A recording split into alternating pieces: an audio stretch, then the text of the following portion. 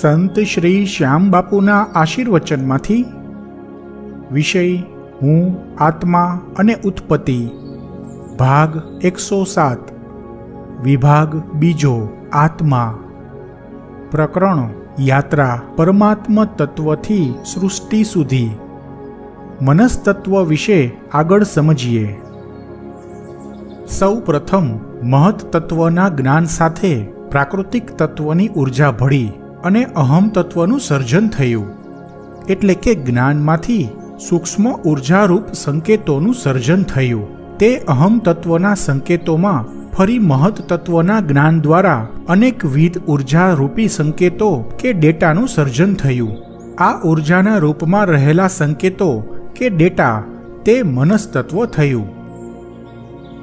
આ મનસ્તત્વનું સર્જન થયું, તેમાં જે પ્રમાણે કાર્યો કરવાના હોય તે કાર્યો પ્રમાણે કાર્યવાહી કરાવવાનો ગુણધર્મ આવ્યો, એટલે કે અલગ અલગ પ્રકારના સંકેતો કે ડેટા તૈયાર થયા। પરંતુ હજુ સુધી કોઈ પ્રકારનું કાર્ય કરી શકે તેવું દ્રવ્યમાન તત્વનું સર્જન નથી થયું। તેથી હજુ સુધી કોઈ પ્રકારનું અસ્તિત્વ છે જ નહીં। અસ્તિત્વ આકાશ તત્વ દ્વારા ઉત્પન્ન થશે। અત્યાર સુધી જે તત્વોના અસ્તિત્વ છે તે બધા સંકેતોના રૂપમાં છે, ઉર્જાના રૂપમાં છે। તે સંકેતો કે ઉર્જાના નામ અહમ તત્વ છે, મનસ્તત્વ છે। કારણ કે મનસ્તત્વમાં કાર્ય કરાવવાનો ગુણધર્મ તો છે, પરંતુ હજુ કાર્યનું સર્જન નથી થયું, એટલે કે આકાશ તત્વનું સર્જન નથી થયું।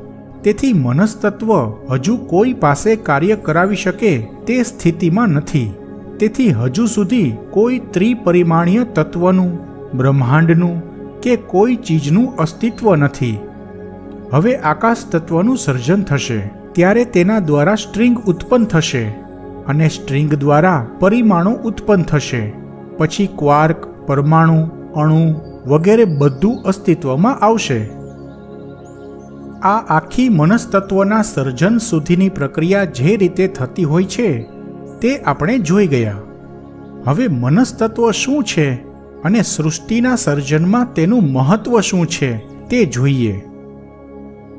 મહત તત્વ, અહમ તત્વ, મનસ્તત્વ આ બધા તત્વોના સરખા લાગતા નામોમાં ગૂંચવાડો થાય તેવું છે।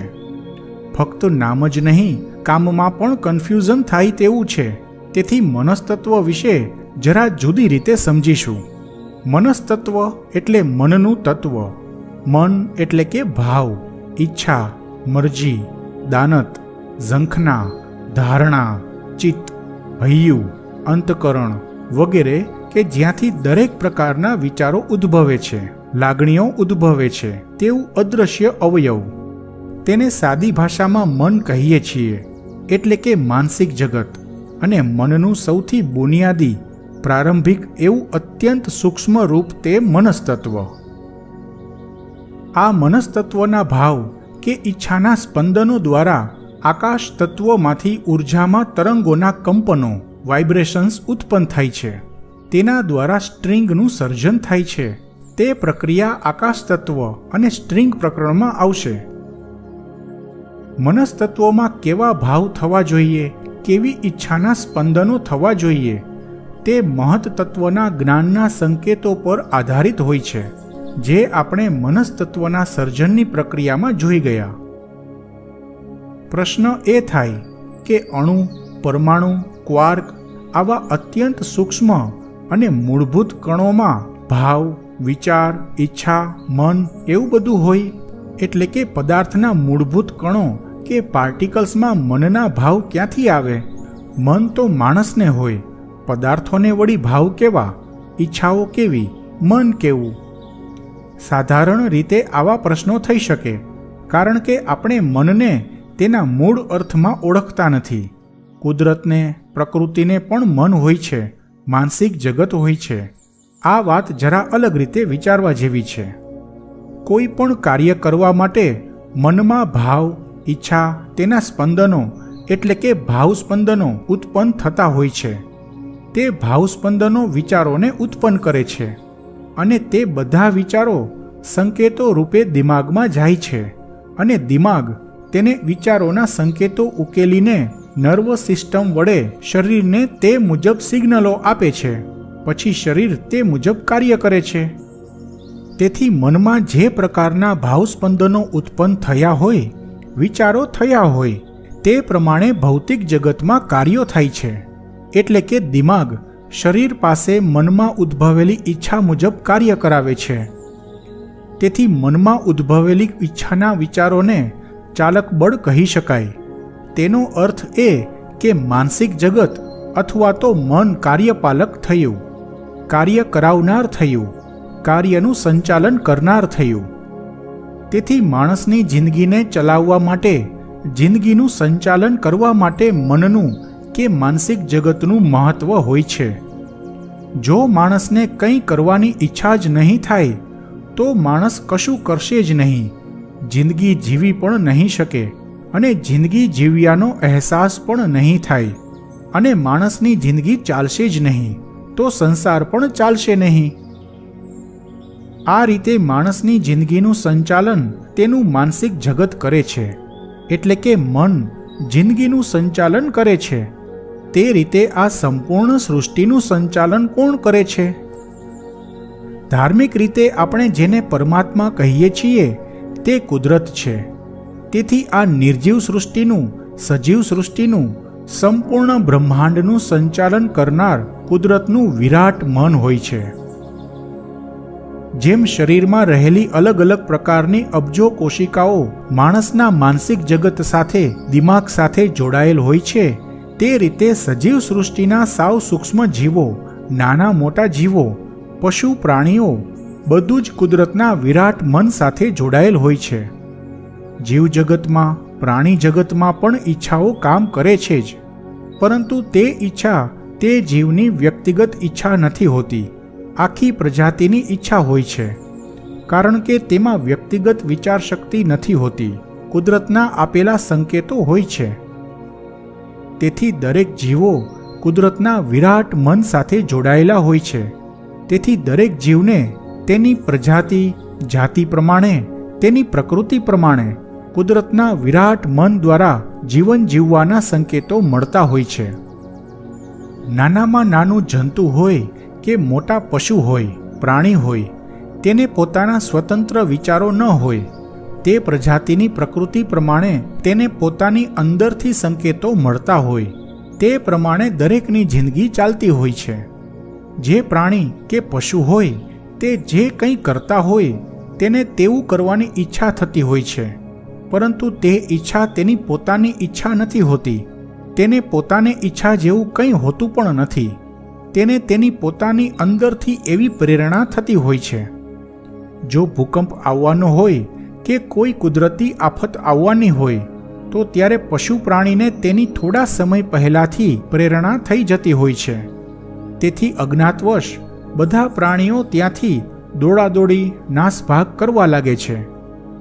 તે બધા પ્રાણીઓને એવી કોઈ સમજ નથી હોતી કે શું થવાનું છે અને પોતે એવી નાસભાગ શા માટે કરે છે.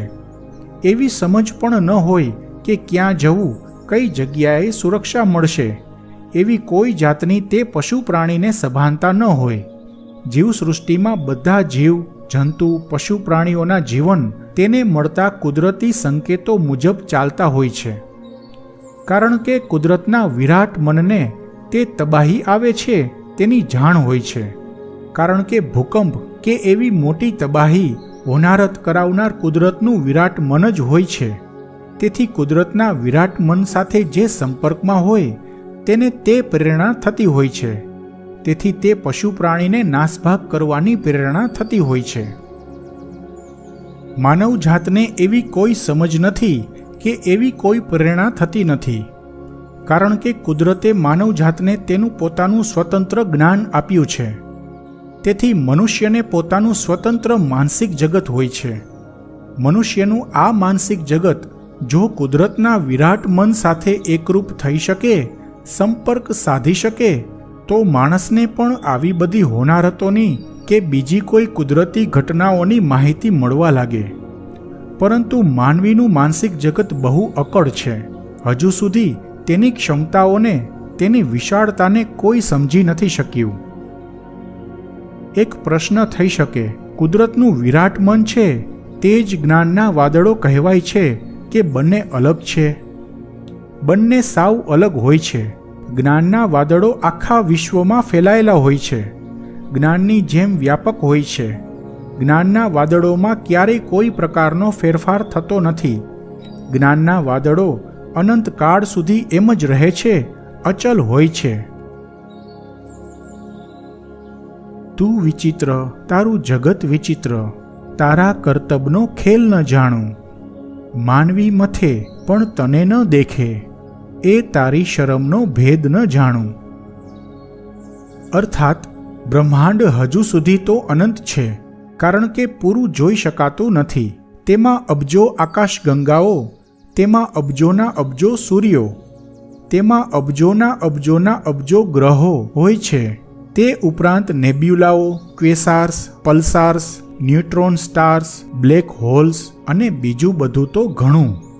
તેમાંનો એક નાની દડી જેવડો ગ્રહ આપણી પૃથ્વી, તેમાં અબજો માનવીઓ, તેમાં અબજોના અબજો અણુઓ, તેમાં પરમાણુ, તેમાં ક્વાર્ક, તેમાં સ્ટ્રિંગ, તેમાં આકાશ આદિ તત્વો, અને તેમાં અંતે પરમાત્મ તત્વ.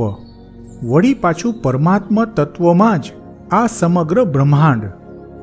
ગજબ વિચિત્ર છે આ પરમાત્માનો ખેલ. મથ્યા કરે માનવી અને એવા ચક્કરમાં ઉલઝાયા કરે કે જીવવાનું ભૂલી જાય, અને જો જીવવાનું ભૂલી જાય તો કદાચ તેની ઝલક પામી પણ જાય. પરંતુ એટલું બધું વિચારે કોણ? અને પોતાના દુઃખોમાંથી નિવૃત્તિ મળે તો વિચારે ને. ફક્ત કુતૂહલવશ ઉપરથી વિચારવાથી કંઈ ન થાય. દરિયા કાંઠે બેસી હાથ દરિયાના પાણીમાં જબોડી હાથમાં આવે મોતી તો લઈને ઘરે જાઓ. આવા માણસોએ તો ચળકતી રેતીથી જ રાજી થવું પડે, મોતી મળે નહીં. આવા માણસોથી તો પરમાત્માને શરમ જ થાય ને.